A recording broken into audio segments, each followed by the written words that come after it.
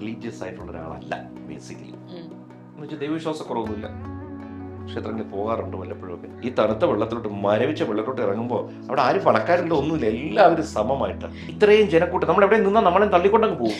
ഞാൻ എൻ്റെ ജീവിതത്തിൽ ആദ്യമായിട്ടാണ് ഈ തണുത്ത വെള്ളത്തിൽ ഇറങ്ങുന്നത്. പക്ഷെ അന്ന് മനസ്സിലാക്കുന്നത് നമ്മുടെ ശരീരത്തിന് ചില അസാമാന്യ കഴിവുകളുണ്ട് നമ്മൾ അറിയാത്തത്. ഒരു 3-4 സെക്കൻഡ് കൊണ്ട് ശരീരം വോമായി, ചൂടായി. പിന്നത്തെ പ്രശ്നം എന്താ, വെള്ളത്തിൽ നിന്ന് കയറാൻ തോന്നുന്നില്ല. ഈ കുംഭമേള എന്ന് കേട്ടിട്ടുണ്ട്, നമ്മുടെ ഫോട്ടോകൾ കാണുന്നു, നമ്മൾ വളരെ മോശമായ രീതിയിലുള്ള എഴുത്തുകൾ നമ്മൾ വായിക്കാറുണ്ട്.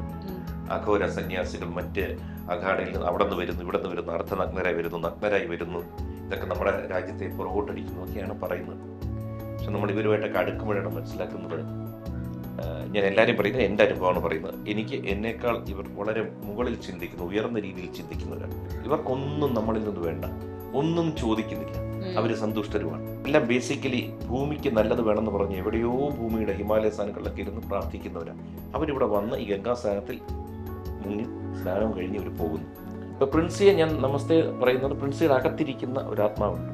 അതുമായിട്ട് നമ്മൾ നോക്കിക്കഴിഞ്ഞാൽ പിന്നെ ഒന്നുമില്ല. ഈ നമ്മളടുത്ത പല സംഘടനകളും യുദ്ധങ്ങളൊക്കെ അവസാനിക്കാൻ ജാതി മത ചിന്തകൾ വരില്ല, വളരെ എളുപ്പമാണ്. 24 മണിക്കൂറും ഈ ദിവസത്തിന് പ്രത്യേകിച്ചാൽ 3.5 കോടി ആൾക്കാർ വന്നിരിക്കുന്നതായിട്ടാണ് രേഖപ്പെടുത്തിയിരിക്കുന്നത്. ആ ദിവസം എവിടെയെങ്കിലും നമുക്കൊരു വൃത്തിയില്ലായ്മ ഫീൽ ചെയ്യണം. നേരെ തിരിച്ചാ പറയണ്ടത്, എങ്ങനെ ഇത്രയും വൃത്തിയാക്കി വെച്ചിരിക്കുന്നു.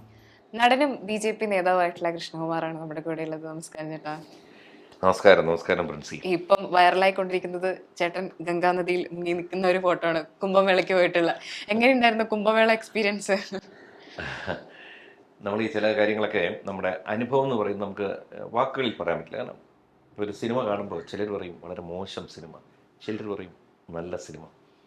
ഇതുപോലെ ഇപ്പോൾ ഈ കുംഭമേള എന്ന് പറയുമ്പോൾ ഞാൻ വളരെ റിലീജിയസ് ആയിട്ടുള്ള ഒരാളല്ല ബേസിക്കലി. എന്ന് വെച്ചാൽ ദൈവവിശ്വാസക്കുറവൊന്നുമില്ല, ക്ഷേത്രങ്ങളിൽ പോകാറുണ്ട് വല്ലപ്പോഴൊക്കെ. പക്ഷേ ഈ സ്പിരിച്വൽ നമ്മൾ ചിന്തിക്കാൻ തുടങ്ങിക്കഴിഞ്ഞാൽ വളരെ ഈസിയാണ്.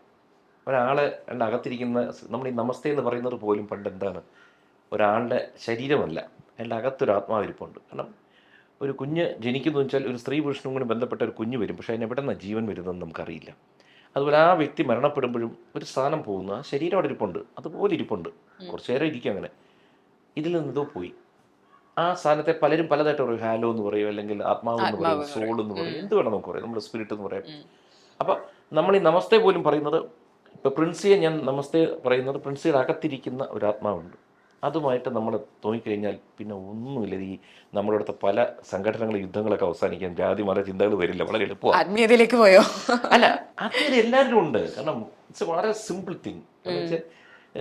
എന്താണ് ആത്മീയത? നിങ്ങളുടെ സ്പിരിറ്റ് നമ്മളെ അകത്തുണ്ട്, അന്യോന്യം ബഹുമാനിച്ച് പോവുക, വളരെ സിമ്പിളാണ്. അവിടെ നിന്ന് വരുന്ന ഓരോ വിഷ്വൽസ് ആണെങ്കിലും ദൃശ്യങ്ങളാണെങ്കിലും നമ്മൾ കാണുമ്പോൾ പലരും, അതായത് IT കമ്പനിയിലെ ജോലി പോലും ഉപേക്ഷിച്ചിട്ടൊക്കെ അവിടെ വന്ന് ധ്യാനത്തിലിരിക്കുന്ന സന്യാസിമാരെയും ഒക്കെയാണ് നമ്മൾ കണ്ടുകൊണ്ടിരിക്കുന്നത്. എങ്ങനെയായിരുന്നു അവിടുത്തെ ഒരു കാഴ്ചകൾ എന്ന് പറയുമ്പോൾ? അതീവ സുന്ദരം. കാരണം വെച്ച് കഴിഞ്ഞാൽ എനിക്കിതിനെ പറ്റി വലിയ അറിവില്ലാത്ത ഒരാളാണ്. ഈ കുംഭമേള എന്ന് കേട്ടിട്ടുണ്ട്, നമ്മൾ ഫോട്ടോകൾ കാണുന്നു, നമ്മൾ വളരെ മോശമായ രീതിയിലുള്ള എഴുത്തുകൾ നമ്മൾ വായിക്കാറുണ്ട്.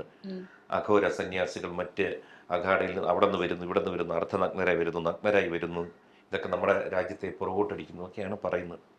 പക്ഷെ നമ്മൾ ഇവരുമായിട്ടൊക്കെ അടുക്കുമ്പോഴാണ് മനസ്സിലാക്കുന്നത്, ഞാൻ എല്ലാവരും പറയുന്നത് എൻ്റെ അനുഭവമാണ് പറയുന്നത്, എനിക്ക് എന്നേക്കാൾ ഇവർ വളരെ മുകളിൽ ചിന്തിക്കുന്നു, ഉയർന്ന രീതിയിൽ ചിന്തിക്കുന്നവരാണ്. ഈ കൊടും തണുപ്പത്ത് നമ്മൾ സ്വെറ്റർ, അതിൻ്റെ പുറത്ത് ജാക്കറ്റ് എല്ലാം കൂടിയിട്ടാണ് നടക്കുന്നത്. ഇവർ ഇതൊന്നും വകവയ്ക്കുന്നില്ല, ഇവർ നടന്നു വരികയാണ്. ഇവർ തടുത്ത് സംസാരിക്കുമ്പോൾ ഇവർ ഓരോ കാര്യങ്ങൾ പറയുന്നു. ഇവർക്കൊന്നും നമ്മളിൽ നിന്ന് വേണ്ട, ഒന്നും ചോദിക്കുന്നില്ല, അവർ സന്തുഷ്ടരുമാണ്. അപ്പോൾ നമ്മുടെ ജീവിതത്തിൽ ആത്യന്തികമായിട്ട് നമ്മൾ നോക്കുന്നത് സന്തോഷം കിട്ടാനാണ് ഇതെല്ലാം നമ്മൾ നോക്കുന്നത്. അവർ സന്തുഷ്ടരായിരിക്കുന്നു, അവർക്ക് ഏത് രീതിയിലും സന്തോഷമാവട്ടെ, ആരെയും ഉപദ്രവിക്കാതെ സന്തോഷം വരുന്നു, അവരെല്ലാവരും വരുന്നു. ഇവരെല്ലാം ബേസിക്കലി ഭൂമിക്ക് നല്ലത് വേണമെന്ന് പറഞ്ഞ് എവിടെയോ ഭൂമിയുടെ ഹിമാലയ സ്ഥാനങ്ങളിലൊക്കെ ഇരുന്ന് പ്രാർത്ഥിക്കുന്നവരാണ്. അവരിവിടെ വന്ന് ഈ ഗംഗാസ്ഥാനത്തിൽ മുങ്ങി സ്നാനം കഴിഞ്ഞ് ഇവർ പോകുന്നു, നമ്മളും ഇവരോടൊപ്പം. അപ്പോൾ അവിടുത്തെ ഒരു ഭംഗി എന്ന് വെച്ച് കഴിഞ്ഞാൽ പല രൂപത്തിൽ, പല നിറങ്ങളിൽ, പല, അതായത് ധനം വെച്ച് നോക്കിയാൽ പാവങ്ങളുണ്ട്, പണക്കാരുണ്ട്, വിദേശികളുണ്ട്, VIP കളുണ്ട്, ഇവരെല്ലാവരും കൂടി ഒന്നാകുന്നൊരു സമയമുണ്ട്. ഈ തണുത്ത വെള്ളത്തിലോട്ട്, മരവിച്ച വെള്ളത്തിലോട്ട് ഇറങ്ങുമ്പോൾ അവിടെ ആരും പണക്കാരില്ല, ഒന്നുമില്ല, എല്ലാവരും സമമായിട്ടാണ്. അപ്പോൾ അതിൻ്റെ ഒരു ബ്യൂട്ടി എന്ന് വെച്ചാൽ അത് നമ്മൾ അനുഭവിക്കുന്ന ഒരു സുഖമാണ്. എപ്പോഴെങ്കിലും ഒരിക്കൽ പോകണം കുംഭമേളയ്ക്ക്. എല്ലാവരോടും ഞാൻ അഭ്യർത്ഥിക്കുന്നത് വെച്ച് കഴിഞ്ഞാൽ, നിങ്ങൾക്ക് സമയവും സൗകര്യവും ഉണ്ടെങ്കിൽ, കാരണം ഇത്രയും പേര് ഒത്തുകൂടുന്നതാവുമ്പോഴത്തേക്ക് ചിലർക്ക് ചില ബുദ്ധിമുട്ടുകളുണ്ടാവും. ഈ ബുദ്ധിമുട്ടുകൾ എന്ന് പറയുന്നതും കൂടി നമ്മൾ സഹിക്കാനും അത് സന്തോഷത്തോടെ അനുഭവിക്കാനും തയ്യാറെടുത്ത് പോകുന്നവർക്ക് അവിടെ നിന്ന് കിട്ടുന്നൊരു അനുഭൂതി വേറെ ലെവലായിരിക്കും. കാരണം എനർജി ലെവലൊക്കെ ആ വെള്ളത്തിന് പോലും എനർജി വേറെയാണ്. ഈ വെള്ളത്തിന്റെ കാര്യം പറയുമ്പോൾ ഞാൻ വാരണാസി പോയിരുന്ന സമയത്ത് ഈ ഗംഗയില് നമ്മൾ കൂടുതലും പൊതുവിൽ പറയുമല്ലോ മലയാളിയെ കുറച്ച് വൃത്തി പ്രശ്നം ഉണ്ടെന്നൊക്കെ പറയാറുണ്ട്. അപ്പൊ ആ സമയത്തൊക്കെ അതിൽ ചില ശരീരാവശിഷ്ടങ്ങളൊക്കെ അവ ഗംഗാ നദിയിൽ നിക്ഷേപിക്കുന്ന ഒരു ആചാരം അവിടെയുണ്ട്, അത് കണ്ടിട്ടുണ്ട്. അപ്പൊ എങ്കിൽ പോലും നമുക്ക് ഈ ഗംഗയിലേക്ക് മുങ്ങുമ്പോൾ നമുക്കും അതാണ് ഒരു പ്രശ്നം തോന്നില്ല? ഇങ്ങനെ ഗംഗയിലേക്ക് ഇറങ്ങുമ്പോൾ നമ്മുടെ മൈൻഡിൽ ഇതൊക്കെയാണ് വരുന്നത്. എത്രത്തോളം ഗംഗയെ വൃത്തിയാക്കി എന്നൊക്കെ പറയുമ്പോഴും ഇതൊക്കെ നമ്മൾ അവിടെ നിന്ന് കാണുന്നുണ്ട്. ഒന്ന് പോയി നോക്കുക ഇത്തവണ. എന്തായാലും നിങ്ങൾക്കൊരു ക്രൂ ഉണ്ട്, എല്ലാം ഉണ്ട്, നിങ്ങൾ പോയിരിക്കണം. കാരണം ഞാൻ പോയ ദിവസം ഈ മാസം 14 ആയിരുന്നു, മകരസംക്രാന്തി ദിവസമായിരുന്നു. അത് അറിഞ്ഞു പോയതല്ല, അവിടെ ചെന്നപ്പോഴാണ് എൻ്റെ വിശേഷം അറിയുന്നത്. ഇത്രയും എത്ര അഭിനന്ദിച്ചാലും മതി വരില്ല. മോഡി സർക്കാരിനോ യോഗി സർക്കാരിനോ അല്ല, അവിടുത്തെ അഡ്മിനിസ്ട്രേഷൻ, അവിടുത്തെ പോലീസ് ഉദ്യോഗസ്ഥർ, എല്ലാ വൃത്തിയാക്കുന്ന തൊഴിലാളികൾ. കാരണം 24 മണിക്കൂറും ഈ ദിവസത്തിൻ്റെ പ്രത്യേകിച്ചാൽ 3.5 കോടി ആൾക്കാർ വന്നിരിക്കുന്നതായിട്ടാണ് രേഖപ്പെടുത്തിയിരിക്കുന്നത്. ആ ദിവസം എവിടെയെങ്കിലും നമുക്കൊരു വൃത്തിയില്ലായ്മ ഫീൽ ചെയ്യണം. നേരെ തിരിച്ചാ പറയണ്ടേ, എങ്ങനെ ഇത്രയും വൃത്തിയാക്കി വെച്ചിരിക്കുന്നു?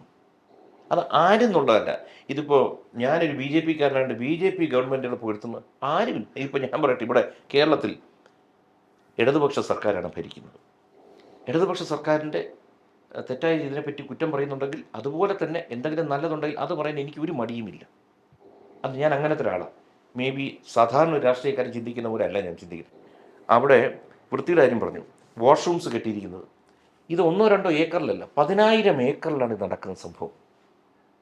എത്ര നീറ്റാക്കി ഈ സീവേജ് കാര്യങ്ങളൊക്കെ ഒന്ന് മാനേജ് ചെയ്യണ്ടേ? അപ്പോൾ നിങ്ങൾ ആലോചിക്കുക, ഇത്രയും ജനങ്ങളെ കൺട്രോൾ ചെയ്യണം. റെയിൽവേ സ്റ്റേഷൻ, എയർപോർട്ട്, ഈ സ്ഥലങ്ങളിൽ നിന്നൊക്കെ വരുന്നവർ ഈ റോഡിൽ തന്നെ ബാരിക്കേഡുകൾ കെട്ടി വെച്ചിരിക്കുകയാണ്. കാരണം എന്താ, അമേരിക്കയിലൊക്കെ നമ്മൾ കണ്ടു തീവ്രവാദ ഗ്രൂപ്പുകൾ വന്ന് വാഹനം ഓടിച്ച് കയറ്റുന്നത്. അപ്പോൾ ഇതെല്ലാം നോക്കണം. ഇത്രയും ആൾക്കാർ ലോകത്ത് തന്നെ മനുഷ്യരുടെ ഏറ്റവും വലിയ ഒരു കൂട്ടായ്മ, കൂടിച്ചേരലാണ് ഈ നടക്കുന്നത്. അപ്പോൾ നമ്മൾ കുറ്റം കണ്ടെത്താൻ വളരെ എളുപ്പമാണ്.